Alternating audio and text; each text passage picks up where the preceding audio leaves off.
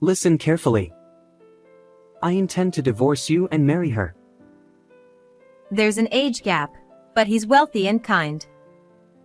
I'll be happy. Divorce him for me, will you? Are you listening? I had always suspected something, but it turned out my husband and my daughter were indeed in a romantic relationship. Marry her? I don't understand. We've been together for a long time. I love her. Frank confessed his relationship with her, unashamed and somewhat proud. If one is an older woman and the other is a young one with the same face, of course, I'd choose the younger one. She looks like you, so isn't that fine? Their affair had apparently been going on for nearly 10 years. It was unbelievable. They had deceived me for years. Frank was 58, and Daniel was 38. Despite the significant age difference, it seemed not to matter to them. They laughed heartily at my shock.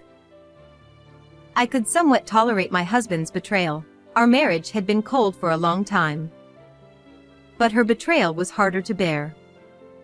She was the daughter I had raised with all my might. So, I revealed a hidden fact to her. She turned pale immediately. My name is Sophia. When I was 30, my then healthy and hardworking husband died in an accident. Despite my grief, I was determined to work hard for my only daughter, her. Daniel was 10 years old when her father died, and I worked tirelessly to support her. Although my parents provided some financial help, I couldn't rely on them forever. So, I juggled multiple jobs to cover our monthly expenses. During the day, I worked at a diner and at night, at a bar. She went to daycare during the day and my parents' house at night. I didn't want her to feel lonely, but I had to cut back on our time together for work. On my rare days off, I spoiled her with things she liked and took her places. That was my purpose in life. Years passed, and she turned 18. She got into her desired university and was set to start living on her own in the spring. When she left, she said to me, "Mom, thank you for raising me.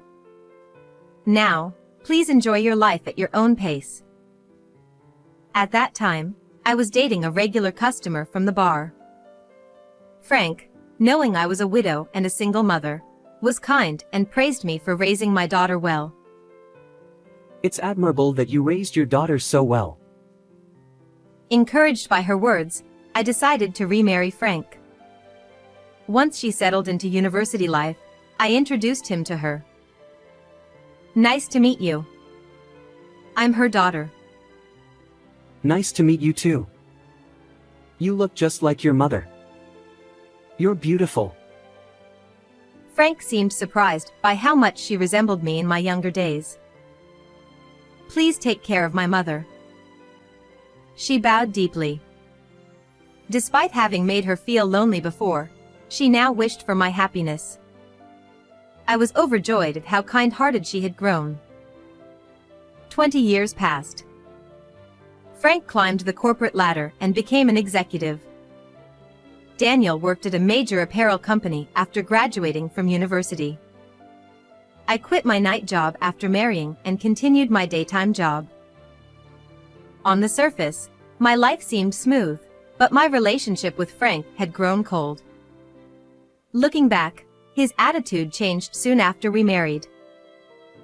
While dating, he was kind and cheerful, but after marriage, he often ignored me, saying he was tired. As he rose in his career, he worked more overtime and weekends, reducing our time together. But oddly, he welcomed Daniel warmly whenever she visited. "Oh, Dad, you're so funny." Is that so? Well, at that time. They often had conversations I couldn't understand, making me feel isolated. Normally, it would be good for a daughter and husband to get along, but their closeness made me uneasy. Despite rarely talking to me, Frank was very engaged with her. Was I jealous? No, their closeness seemed unusual to anyone. My suspicions were confirmed. Hey, Sophia, are you good with Frank? During a visit to my parents' house, my mother asked me this with a complicated expression. I had never discussed my marital issues with her, not wanting to worry her. Why do you ask all of a sudden? I debated whether to tell you, but I saw something. She began to explain. Despite being nearly 80, my mother often went out alone. Recently, she had taken a train to a nearby town for shopping and saw something. I saw Frank and Daniel walking arm in arm. It was inappropriate, so I felt uneasy. Wait, that can't be. Frank is supposed to be overseas. He shouldn't be in America. Frank had left for an overseas business trip the previous day. I thought my mother had mistaken someone else for them. But she insisted it was them and showed me a photo on her phone. There they were, arm in arm, looking more like lovers than family. Why? It's definitely them. What's going on? Frank, supposedly on a business trip, was with Daniel. Though legally father and daughter, they weren't related by blood. The photo showed them as lovers.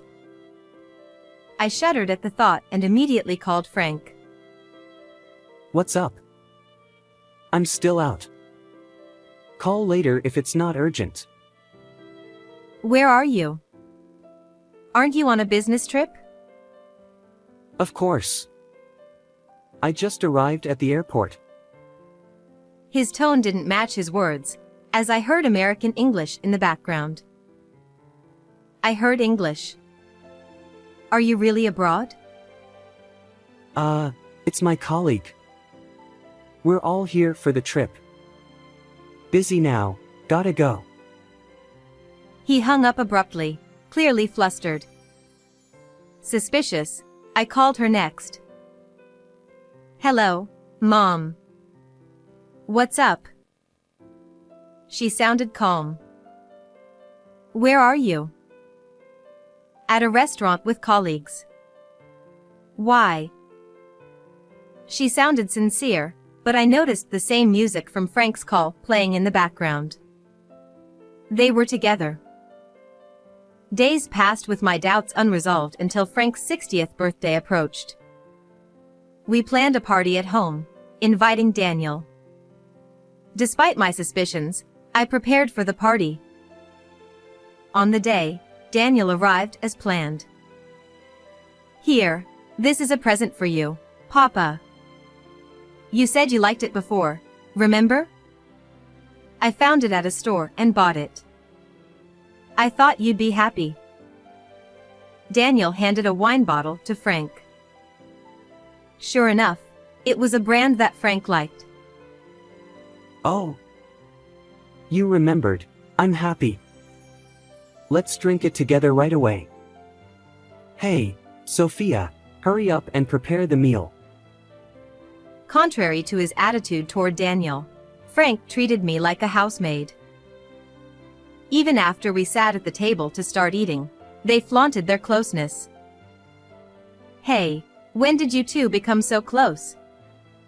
You seem unusually comfortable with each other. Unable to contain myself, I said this sarcastically, and Frank smirked maliciously.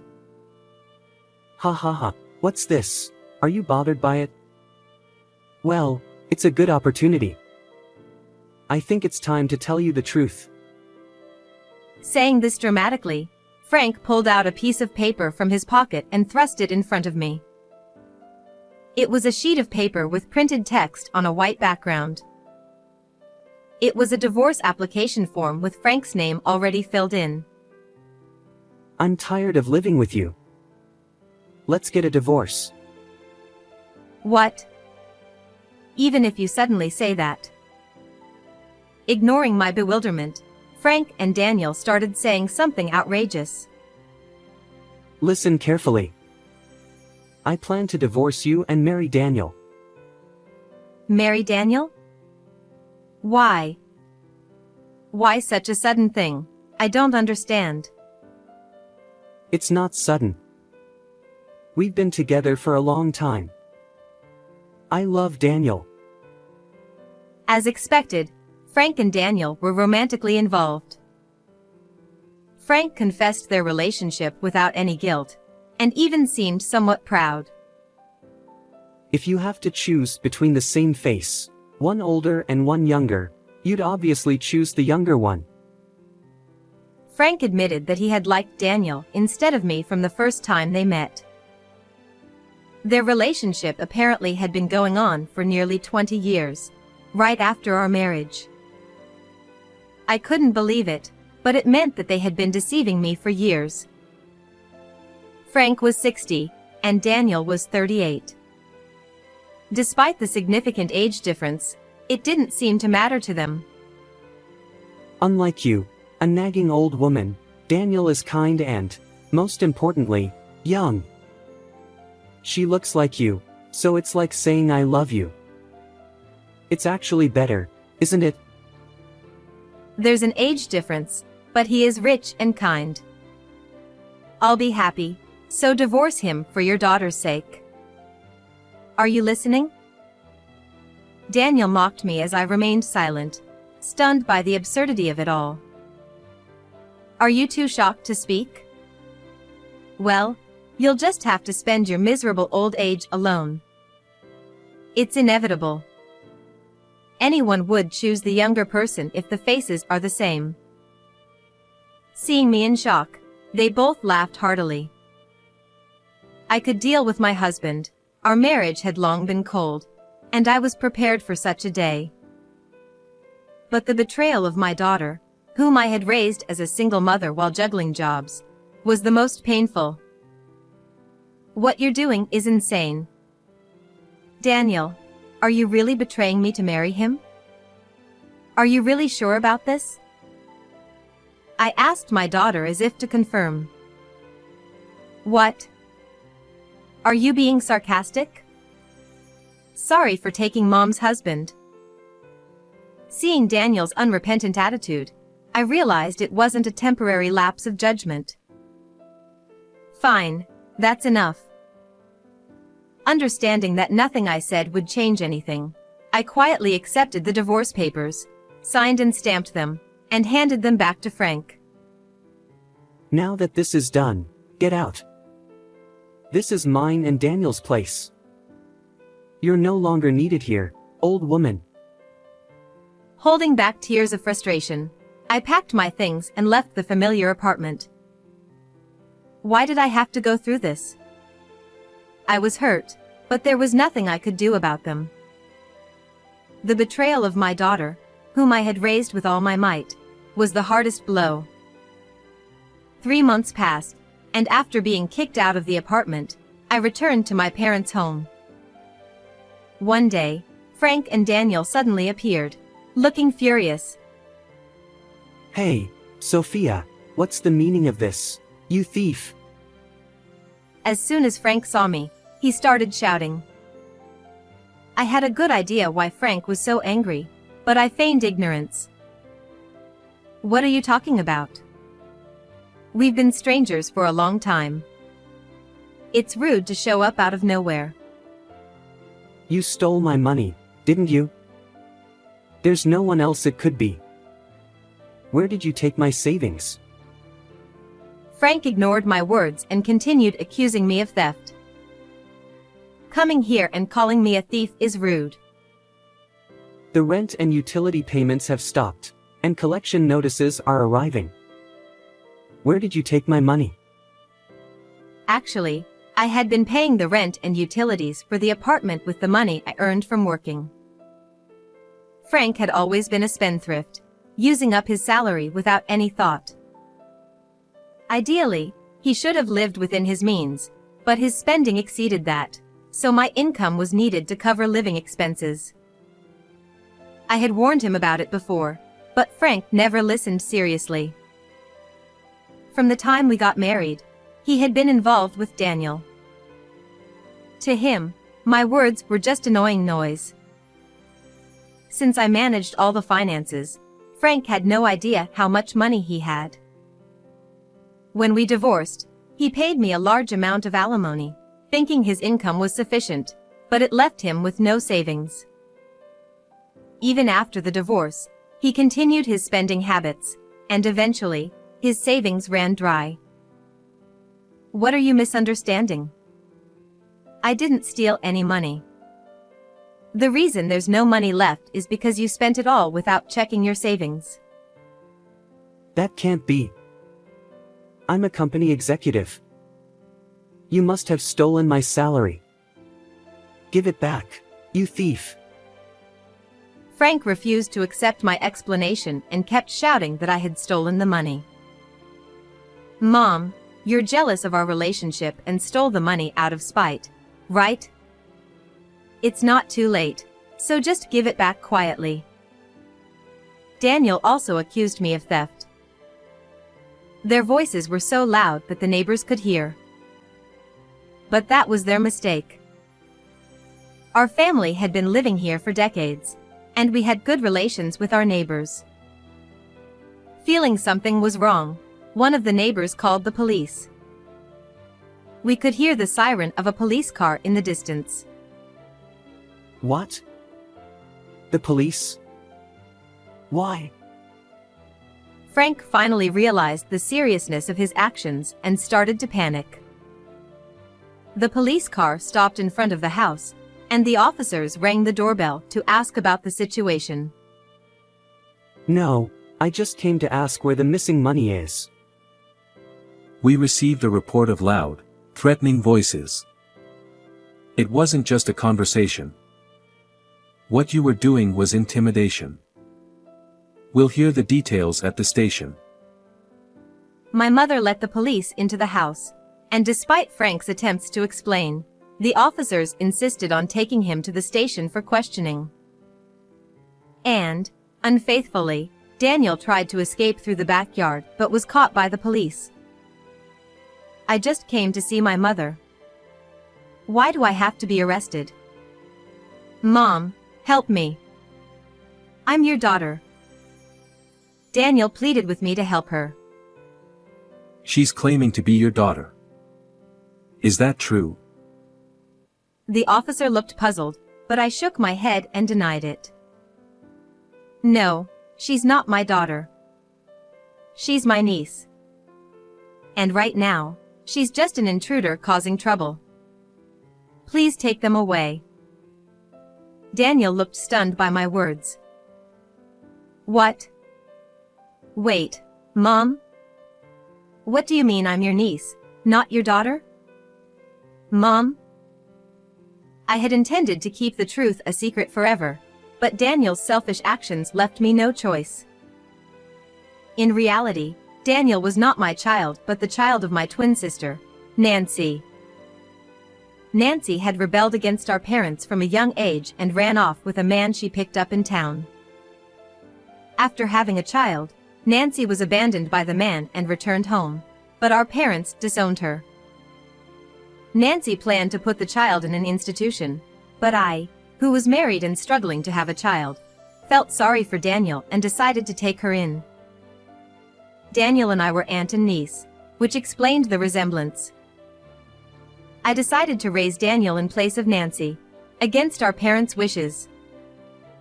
Why didn't you tell me sooner? Help me. Mom.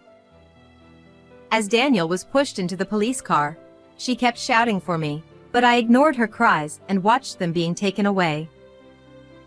After a stern warning from the police, Frank and Daniel were released. Daniel seemed shocked to learn that I wasn't her real mother. I revealed all the hidden truths to Daniel after she was released. I told her that her real mother abandoned her and disappeared, and that even I don't know who her father is. Daniel hung her head in dejection. No way, you're lying. I can't believe I have another mother. No, it's true. I've always tried to raise you as if you were my own daughter. But maybe I spoiled you too much. Beside Daniel, Frank also looked apologetic, staring at the floor. It seemed the police had pointed out that the depletion of their savings was not because I had embezzled anything, but because Frank had spent recklessly without checking the balance. I'm sorry for everything. But can you lend us a little money? Come on, we were married. Please, even if I'm not your daughter, we're still blood-related family, right? You can't abandon family in need, can you? Despite their persistent pleas, my parents and I kicked them out of the house. Don't ever come near us again. You're not family anymore.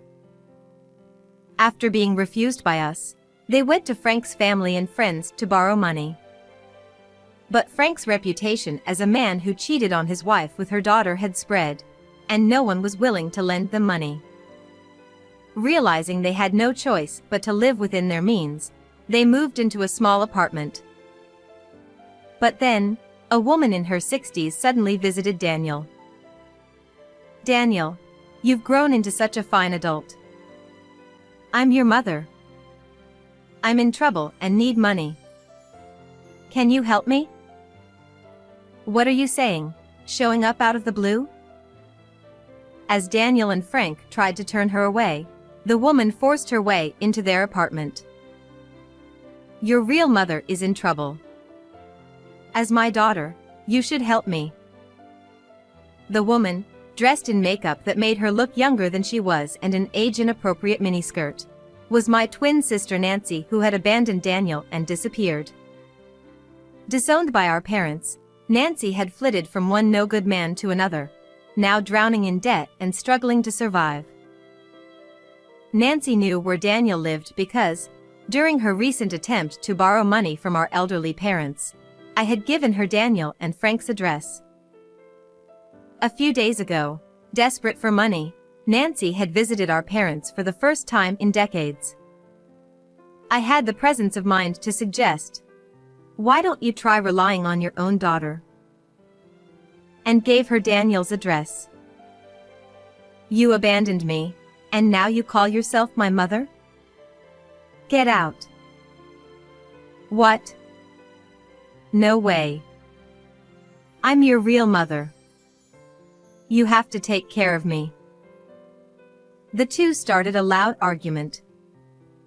Despite Daniel's resistance, Nancy forced her way into their apartment. Frank ended up using most of his retirement money to pay off Nancy's debts, and now had to support her as well. After retiring, Frank had to take on part-time jobs at construction sites and security companies to make ends meet, working hard to earn a living. Daniel reluctantly started working nights, but Nancy took all the money she made. Their earnings were consumed by Nancy, leaving Frank frustrated with a life where his hard-earned money was squandered by Daniel and her mother constantly fighting. Eventually, Frank disappeared without a trace. Left alone, Daniel now had to live with her real mother, Nancy. Although I couldn't help but feel some pity, I realized that this outcome might have been for the best. As for me, I recently met a man through a hobby. He lost his wife a few years ago and lives alone now.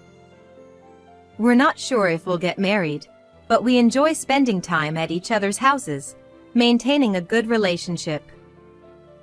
He's great at cooking and often makes my favorite pasta. I haven't felt this content in a long time. Being with him, time flows gently, and I find myself smiling naturally. Perhaps this simple, ordinary life is the happiest, and I'm moving forward one step at a time. Please subscribe to the channel. See you in the next video.